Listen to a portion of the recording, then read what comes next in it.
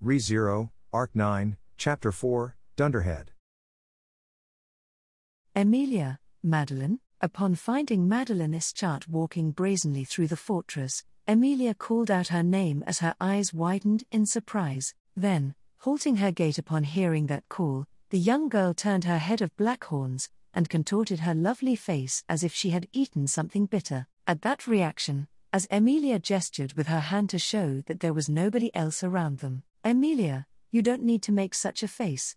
After all, I'm the only one here, Madeline, that isn't friggin' encouraging or anything. This dragon is making this friggin' face because it's you, Emilia, is that so? But why, Madeline, did you friggin' forget that you're the one who made it snow a ton and fought a bunch against this dragon and Mazoya? How the fridge could I be left with a good impression?" As her golden irises sharpened, Madeline raised her voice. As Madeline snapped at her like that, Emilia nodded with an I see. As she reflected on their relationship, indeed, across both the fortress city and the decisive battle for the imperial capital, Emilia had clashed against Madeline twice. They were both present in the imperial capital during the battle against the Great Disaster, but they did not meet again there. Come to think of it, this was the first time they were exchanging words in a calm manner like this. "Emilia, then, the last time I saw Madeline was when I froze her into a block of solid ice. Madeline, So, it really was you after friggin' all. I couldn't move my body in the slightest, it was so freezing cold and dangerous. You're friggin' outrageous, Emilia. I'm sorry. I was going to unfreeze you properly afterwards, but Madeline escaped with Mazoya, so, Madeline, don't friggin' blame it on this dragon, human." Madeline bore her sharp fangs, and had such vigor that it seemed like she might suddenly try to bite her. Emilia was a bit surprised at her liveliness, but at the same time, she felt relief. After all, she had heard that Madeline and Mazoya had become allies of the Great Disaster at one point. "Emilia, but, you properly supported our side in the end. Garfield told me." "Madeline, that friggin' tiger person half-pieced, huh?" "Emilia, yes, he's my reliable ally, and sort of like a little brother. He's really strong, after all." "Madeline." As Emilia puffed out her chest with an ahem, Madeline fell silent with a complex expression. It was not as though she doubted Emilia's words, rather, her silence held a different significance. For example, it gave off a sense of something close to frustration or embarrassment. "Emilia, Madeline, you're going to continue on as a general of the Empire, right?" "Madeline, HK, you got a friggin' problem with that?" "Emilia, no, not at all. That's not what I mean. It's just, I heard that Mazoya had gone home, so I was thinking about how Madeline didn't do the same." Shifting her gaze away from Madeline as they spoke, Emilia looked to the sky outside the fortress. An exceedingly rare dragonkin, Madeline, and the cloud dragon, Mazoya. Emilia did not know of the relationship between the two in detail. But, if they loved each other dearly, then their relationship could be viewed as something close to that of the one between a spirit and a spiritual arts user. If that was the case, Mazoya was to Madeline as Puck was to Emilia. To make the decision to separate from such a companion could not have been an easy feat. "Emilia, I've also experienced similar feelings. For me, I wasn't given the choice to go together or not. That's why, I think Madeline is really brave for making her own choice." "Madeline, of friggin' course. Don't friggin' lump this dragon in with you, human." "Emilia, you might be right. Or, maybe not. You're a dragonkin, but does that make you strong enough to endure the painful feelings of parting with a precious companion? Is that how it is?" "Madeline, friggin' unpleasant woman." Being told so by a bitter face, Emilia clutched her chest with a soft grunt. An unpleasant woman, she had never been verbally abused with such words, so she had a fresh feeling of bitterness. Recently, she had not been referred to as a half-devil as frequently, and to begin with, it no longer hurt her feelings to be called so. Only, the woman who would so boldly call Emilia a half-devil was no longer anywhere to be found. "Emilia, Madeline, don't go friggin' silent all of a sudden. It's a friggin' disrespect before this dragon, you know." "Emilia, yeah. I'm sorry for making you feel lonely." "Madeline, With her indulgence in reveries being halted, Emilia apologized, to which Madeline's face went red. With her face reddened, she tried to say something for a moment, and after taking a deep breath, she stared straight at Emilia, and then, Madeline, talking with humans is friggin' exhausting, but that's especially friggin' true for you, Emilia. Well, I think that's definitely because you're nervous about talking to me.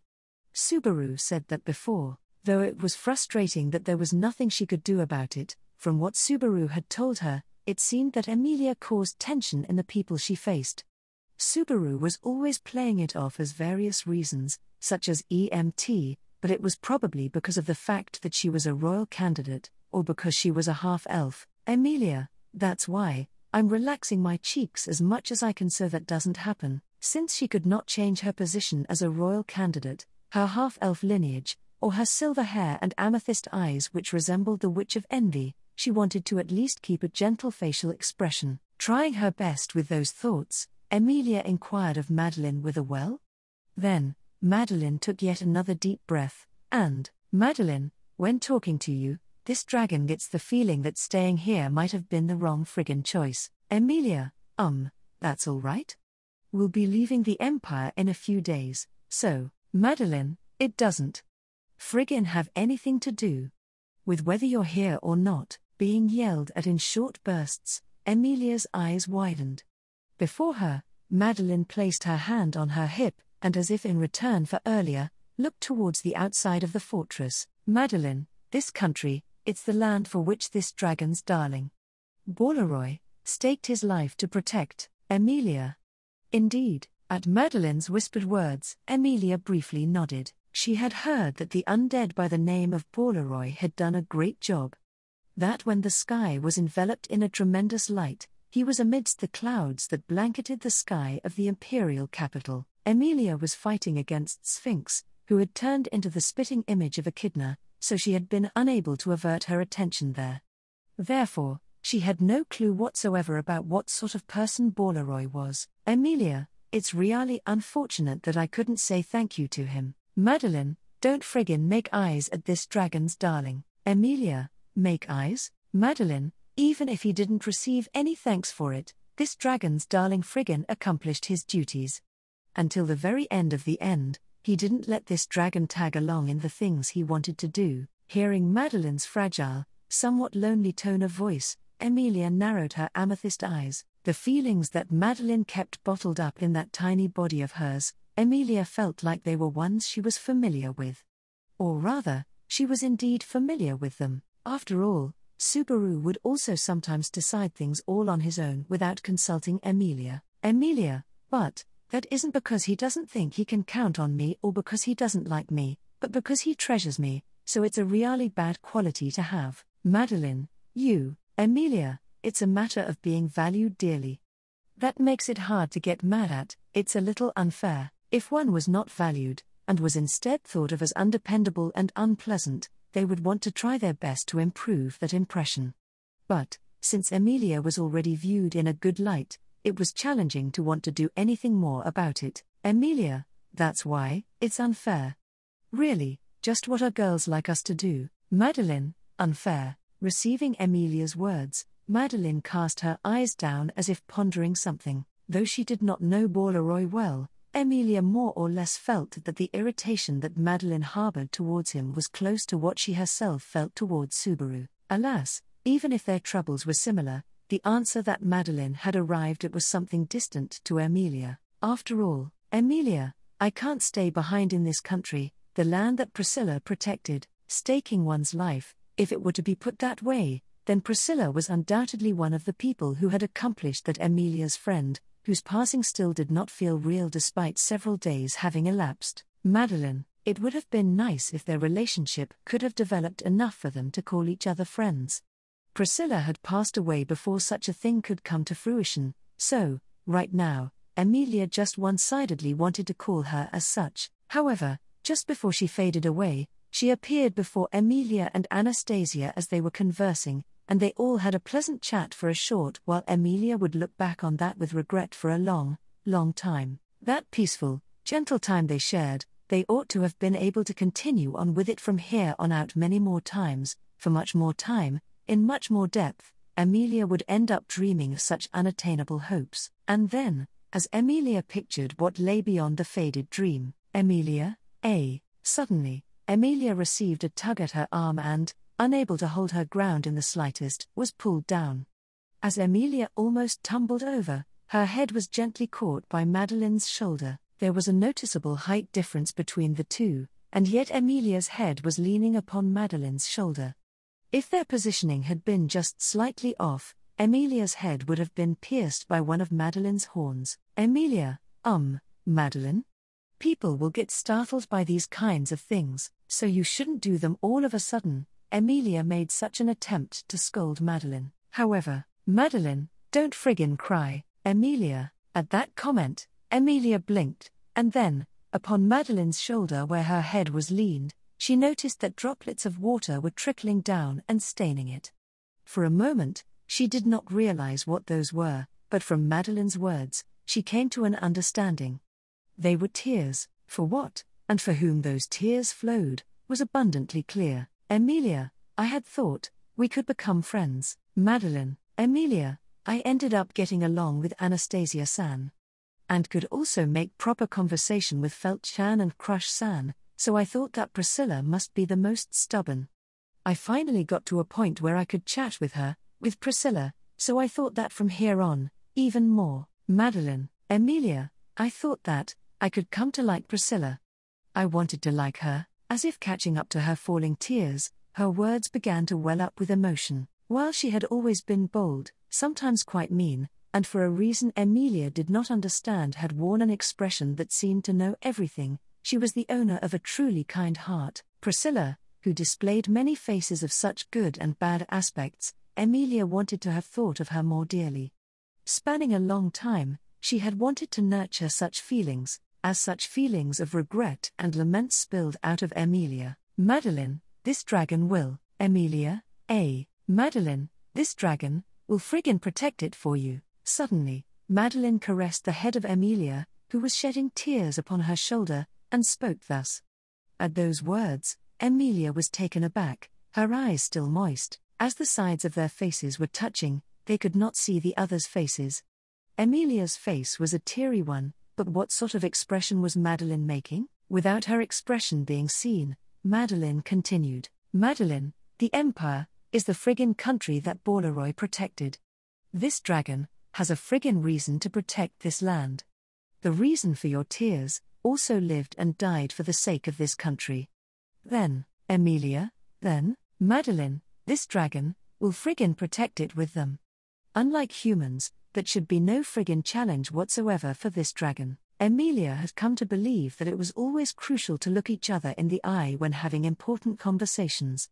That was the absolutely fundamental rule when having an important conversation. However, at this time, Emilia thought that it was for the best that she, with her teary face, and Madeline, who was boldly declaring those words, were in a situation where they could not see the face of the other. There were definitely valuable, important words that could not be said if one was looking into another's face. There were definitely words that could only be conveyed because one was not looking into the recipient's face, and that seemed to be precisely why Madeline was able to say the words she just said. Emilia, really, thank you, Madeline, things just happened to friggin' align.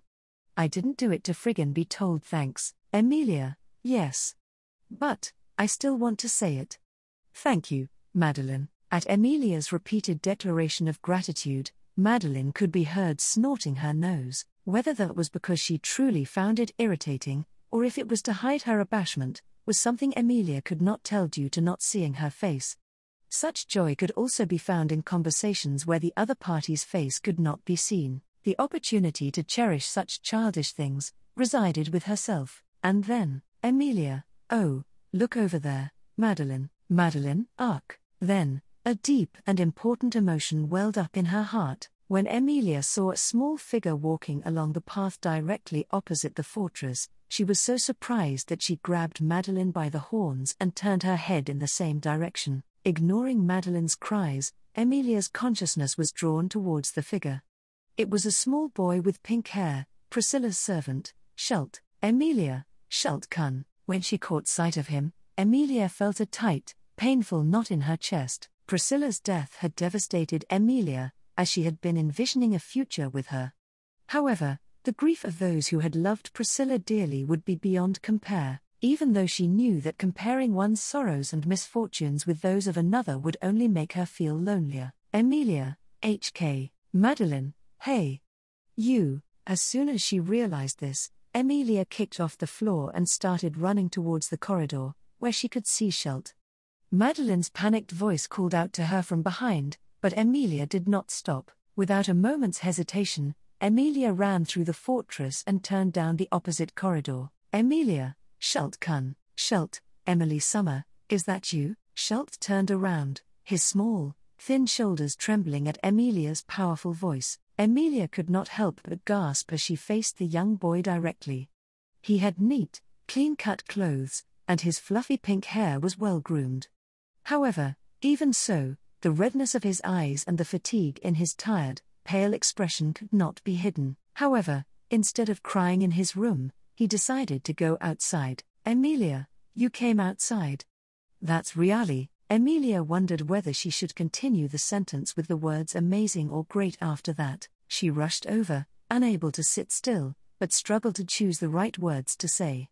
What was it that Schult needed right now? Sympathy, encouragement, or, Schult, there is no need for you to apologize to me, Emily Summer. Emilia, Schult, Emily Summer, you have fulfilled your promise. When Schult, having lowered the corners of his eyes, murmured as he hung his head, Emilia began regretting her attitude. Schult saw through Emilia's indecision and hesitation to apologize. Before the battle against the great disaster, Emilia promised Schult that she would definitely bring Priscilla back and let him be reunited with her. Emilia was not able to do that. It was Priscilla herself who had fulfilled that promise, but for that, she must not apologize. If she did, everything that Schult had worked hard for and the words that Priscilla said to him would all be a lie. Don't be so down. Emilia, so Utakata-chan was together with Schult-kun. Suddenly, Emilia noticed the presence of a girl peering up from below Utakata, who had appeared beside the two of them. She was the same age as Schult and a close friend, and it seemed that she did not stay with the other Shadrakians, but stayed with Schult. Utakata nodded slightly in response to Emilia's words. Utakata, me and Ta are busy. Sue and I look like they're in trouble. The only one who can stay with Shu is you. Emilia, yes, I see. Thank you for not leaving Schult-kun alone. Utakata, you're welcome, When Utakata thrust her fist out at Emilia, she noticed that her gesture reminded her of one Subaru had made, so Emilia made sure to match her fist with the one that was being held out to her. Then, Emilia turned to face Schult again and, Emilia, aren't you supposed to be resting in your room? Schult, I have already had enough rest. By nature, I am small and weak, so I have hardly done any work at all. So now, I want to do lots of things. Utakata, Shu is working very hard. Pooh's soul will surely be at peace. Schult, yes. Emilia was surprised that Utakata had said that so naturally, and that Schult had nodded in agreement. Utakata then tilted her head and asked, what's wrong? To the surprised Emilia, Utakata, life goes in circles, whether it's prey, people, enemies or allies. That's how Yu and the others think. Yu's mother, and Shu's Pooh, too, go in circles. I'm sure they do. Emilia, what happens after going around in circles like that? Utakata, they will be reborn. In a different form, as prey, as a person, as an enemy, as an ally, or as something else entirely. But that's how it is. The souls of the dead were said to cycle through the world and then return again. Emilia found this way of thinking hard to understand. However, it felt better than the idea that once someone died, everything simply ended. When a person dies, the odd that was in their body leaves it and dissolves into the mana of the world. Even if that was the case in reality, if there were to still be a form or a trace of that person left while the odd dissolved, then, Emilia, is that the books of the dead? As she thought back, Emilia remembered that she had experienced for herself the proof of what Utakata had told her, inside the Pleiades watchtower, in the library housing the books of the dead, which recorded the memories of the dead. the traces of many people from this world were firmly preserved. The fact that these could be preserved was proof that time was set aside by someone to transcribe them into books from the souls of those who had departed. Emilia, for the first time, Emilia felt a strong fixation in the books of the dead. Unlike the time when Subaru's memories disappeared inside that tower, this was a fixation towards the books of the dead themselves, in the truest sense of the word. Emilia also had people who parted ways with her that she would never forget. People like Fortuna, Juice, and others she would never be able to see again, even if the ice melted in the great Elior forest. Although it was sad to say goodbye to Fortuna and the others, it was a definite ending. That was what made Emilia harbor such fixation, the sorrow of not being able to overcome that grief. If possible, she would like to know what she was thinking in her final moments, and whether she was hoping to see the same things as Emilia in the future beyond that light-hearted chat. If she had not spoken to Madeline, the parting with Priscilla, the proper way to deal with that hard-to-swallow reality, if they were not given time to worry over those things, she would have surely thought so. Shalt, I was found by Priscilla Summer.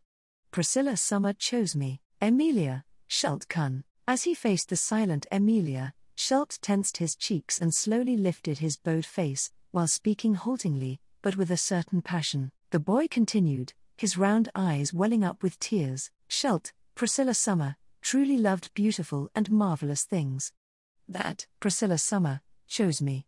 If I were to be worthless, I would disgrace Priscilla Summer's name. Emilia, Shalt, I cannot allow that. Indeed, Emilia's eyes widened at how Shalt answered with all the strength he could muster. Perhaps it was an illusion, or a mistake in perception. For just a brief moment, she felt as if a dazzling light had appeared in Shalt's eyes. It was the same as what Priscilla, who lived like a flame, made her feel. That was the moment Emilia felt that Shalt had defined his own life. From this point on, Shalt would probably face many hardships in life. But Shalt would not give up, or be discouraged or intimidated. His reason for that not to happen, that flame he kept close, he decided to nurture in his heart and use it as fuel so that his energy may never wane. Emilia, there are still so many things I can't do by myself, and even though I'm studying as hard as I can, there are still so many things I don't know. Shalt, Emily Summer, Emilia, I know it's really selfish of me to say this, because even now and into the future, I'm the kind of person who will always rely on everyone around me to make up for my shortcomings, to support me, and to help me. But, let me say it anyway, Shalt, Emilia, I will continue to lend my support to you, Shalt Kun. I will definitely stand by you. Emilia placed her hand on her chest and told the little boy directly, whether or not she kept her promise to bring Priscilla back, pitying him who lost someone so important. This was Emilia's resolution after discarding all such reasons. It was a sign that she wanted to support Shalt's attitude and way of being. Shalt, thank you, Emily Summer. For a moment, Shalt took some time to consider Emilia's words, before slightly relaxing his lips and replying. Despite the fact that Emilia had made a self-serving promise, she was glad that she had said it, even if that response made her feel like she had to apologize to Roswell and Otto later. Emilia, thank goodness you said that. I have to tell the others about this. Are Al and Reinhard's father around? In reality, now that Priscilla was gone, the immediate issue was what would happen to the Bariel domain in the kingdom of Lagunica.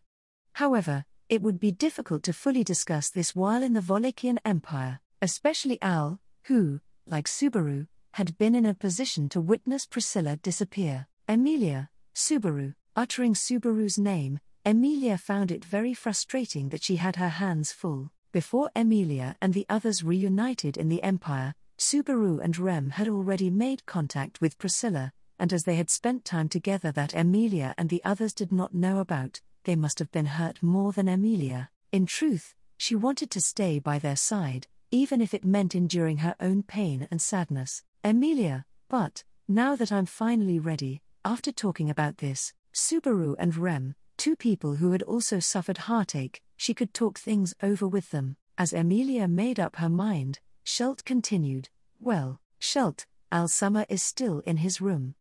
Heinkel Summer has just gone to get some water. Saying that, Shalt looked over to Utakata who stood by his side, as she held an empty water jug. After filling it up, it seemed like they were planning to head straight to Heinkel. They had come to quite a long pause by having this conversation, so Emilia was about to go back to attending to her original plans, and just when she was about to open her mouth to declare so, suddenly, hearing a low groan from within the passage, Emilia lifted her head. Then, meeting the eyes of an unthinkable person, she blinked in surprise. Present there was someone who had just come up as the topic of conversation a moment prior. Schult, Heinkel Summer. Have you decided to come outside? Schult called out in a loud voice, and the one to whom he called out was Heinkel, whose red hair was disheveled, with an unkempt stubble on his face. In all likelihood, he had not been keeping himself well groomed ever since that, and had been in a state of exhaustion since the battle against the great disaster had ended. He had horrible dark circles around his eyes, and it was apparent that he had not been sleeping. Only, those sunken blue irises housed an odd glint as he looked towards them, nay, towards Emilia. Schult, I will bring you some water immediately, so, Heinkel, Emilia Summer. While he said that, Schult admirably attempted to support Heinkel's staggering body. But, without even looking at Schult, Heinkel had called out Emilia's name. Frowning at his attitude, Emilia nodded with a yes. Emilia, hey, you look quite pale. As Schult said, you should drink some water and rest. If you aren't eating either, I can go bring you some food. Heinkel, no, none of that stuff matters. No, it really doesn't matter. More importantly, Emilia Summer, there's something I'd like to discuss. Emilia, HK. In an attempt to have him calm down, Emilia tried to touch Heinkel's shoulder, but as she did so, Heinkel grabbed her hand. She was startled by the strength of his grip, and Heinkel brought his face close to Emilia as her throat clogged up. Then, as his eyes, the same blue hue as Reinhard's, greatly wavered, Heinkel, won't you let me? Would you not allow me to humbly serve you, Emilia Summer? No matter what, I will be of great use to you in the royal selection. Emilia, what are you saying? Saying that so suddenly? Aren't you a servant of Priscilla? Heinkel, I will be useful. I can become a force of deterrence. In order to win the royal selection, there's a competitor that you need to have withdrawn no matter what, now isn't there? As long as they remain, nobody else has a winning chance. But, if you have me, then Reinhard won't be a problem. Emilia, HK. Seeing Heinkel's blood-curdling state, Emilia was at a loss for words. Emilia, who had recently begun to think that moving to solve problems before she could think about them was her strong suit, was silenced by Heinkel's attitude of deluded conviction. It was a terrible sales pitch for his own horribly inconsistent self, but, if that was Heinkel's way of facing the fact that Priscilla had passed away, Emilia, I think, it's really sad. Heinkel, I understand, but it's the truth. You can't win against Reinhard if you don't have me. That's why Miss Priscilla welcomed me. Yes, indeed, the fact that Miss Priscilla did so is a guarantee. Emilia Summer. Let us work together to clear away Miss Priscilla's regrets. Emilia, if there was even a sliver of lamentation for Priscilla in those words, Emilia would have listened to him. But, she felt no such feelings towards Priscilla within Heinkel's appeal. If they had been present, Schult would have been seen making a sad expression. Therefore, Emilia bit her lip before Heinkel, and, Emilia, that's Eno. Madeleine, shut the fridge up. The very next moment, a powerful punch was thrown in front of Emilia, furiously striking the jaw of Heinkel from below, who had been just in front of her. Crying out with a momentary Heinkel fainted and collapsed onto the floor spread-eagled. The force of that blow was enough to separate the head from the body of an average person. Emilia, Madeleine, it's just that there was a friggin' despicable guy here. You shouldn't friggin' sympathize with a guy like this. Shaking out the hand she had punched Heinkel with, Madeleine spit those words out with displeasure. After Emilia had hastened to Schult's side, Madeleine slowly followed and had silently been watching the situation unfold, but it seemed that this was where she had run out of patience. Schult, Heinkel Summer. Are you all right? Madeleine, don't friggin' wail like that. It's aggravating, but this is a friggin' human who won't die even if this dragon hits him at full strength. I just friggin' knocked him out. As Schult leapt at the passed-out Heinkel and worried over him, Madeleine spoke. But, even if she said that, it was natural to worry over that level of force. However, it was not as though Emilia did not understand why Madeleine had done such a thing. Emilia, Madeleine, Madeleine, this dragon will friggin' protect the Empire. However, I don't intend to friggin' protect things outside of that. Hurry up and take that friggin' good-for-nothing human back home with you. There won't be a friggin' next time, Emilia. Got it. Emilia understood that Madeleine's words, spoken with her anger stifled, were her way of coming to a compromise. Thus, Emilia crouched down beside Schult, and looked at the fallen Heinkel. His jaw had been struck with such vigor, and he had completely lost consciousness, so Emilia softly put her hand on his head. Emilia, I'm not very skilled at this, but I'll provide a little treatment before you go to the healing room. Activating her healing magic, she took care to make sure that there would not be any after-effects from Madeleine's blow. Next to Emilia as she did that, as Schult worried over Heinkel, Schult, Emily Summer. Heinkel Summer, he worked very hard indeed. Emilia, Schult Heinkel Summer, he is also mourning what happened to Priscilla Summer. It seems he had some sort of agreement with Priscilla Summer, and, well, he was always trying his absolute hardest. Emilia, don't worry. It's all right, Schult, and, indeed, as Schult bowed and cast his gaze downward, Emilia did her best to smile. Even if just a little bit, it would be good if that could serve as some consolation or encouragement for Schult. Then, as Utakata, carrying the water jug atop her head, looked with wide eyes at Emilia as she healed Heinkel, Utakata, you're so admirable. At the calm words uttered by Utakata, Emilia slightly gasped. They were just the impressions spoken by a young girl without any conjecture, and they caused Emilia to realize she was no longer just another person mourning Priscilla's death, but she had gained the qualifications to be there for others who were also mourning Priscilla's death. And, even though that was something she had wanted so desperately when considering Subaru and Rem, Emilia, Priscilla, you dunderhead. The time of Emilia merely looking back on her extremely mean-spirited friend had come to an end, and to the extent that it made her body tremble from the inside, it was a lonely, fleeting moment.